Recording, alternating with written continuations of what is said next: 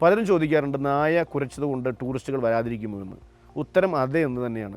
കാരണങ്ങൾ അക്കമിട്ട് പറയാം.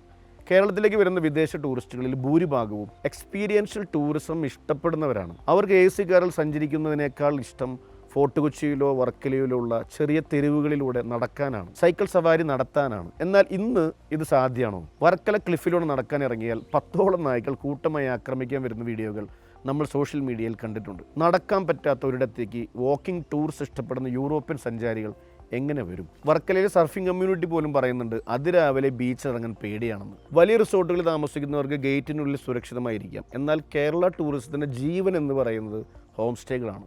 ചെറിയ ഗ്രാമങ്ങളിൽ വീടുകളിൽ താമസിച്ച് നാട് കാണാൻ വരുന്നവർക്ക് തെരുവുകളിലൂടെ പുറത്തിറങ്ങാൻ പറ്റാത്ത അവസ്ഥ വന്നാൽ അവർ ബുക്കിംഗ് ക്യാൻസൽ ചെയ്യും. ഇത് ബാധിക്കുന്നത് സാധാരണക്കാരായ ഹോം സ്റ്റേ ഉടമകളെയും ഓട്ടോറിക്ഷക്കാരെയുമാണ്. ഇന്നത്തെ കാലത്ത് ആരും ട്രാവൽ ഏജന്റിനെ വിശ്വസിച്ചിട്ടല്ല യാത്ര പോകുന്നത്. അവർ നോക്കുന്നത് യൂട്യൂബ് വ്ളോഗുകളും ട്രിപ്പ് അഡ്വൈസർ റിവ്യൂകളുമാണ്. ഒരു പ്രശസ്ത travel vlogger my scary experience in Kerala എന്ന പേരിൽ ഒരു വീഡിയോ ഇട്ടാൽ മതി, കോടിക്കണക്കിന് രൂപ മുടക്കി ടൂറിസം വകുപ്പ് നടത്തുന്ന പരസ്യങ്ങളൊക്കെ വെള്ളത്തിലാവും. സേഫ്റ്റിയാണ് ഏതൊരു സഞ്ചാരിയും ആദ്യം നോക്കുന്നത്. അതിൽ നമ്മൾ പരാജയപ്പെട്ടുകൊണ്ടിരിക്കുകയാണ്. എന്തുകൊണ്ട് നമ്മൾ പരാജയപ്പെടുന്നു? പ്രശ്നമുണ്ട് എന്ന് എല്ലാവർക്കും അറിയാം. പക്ഷെ എന്തുകൊണ്ട് ഇത് പരിഹരിക്കാൻ പറ്റുന്നില്ല? 2001 മുതൽ കേൾക്കുന്നതാണ് ഈ പ്രശ്നം. ഒന്നാമത്തേത് നമ്മുടെ വേസ്റ്റ് മാനേജ്മെന്റ് സംസ്കാരം തന്നെയാണ്.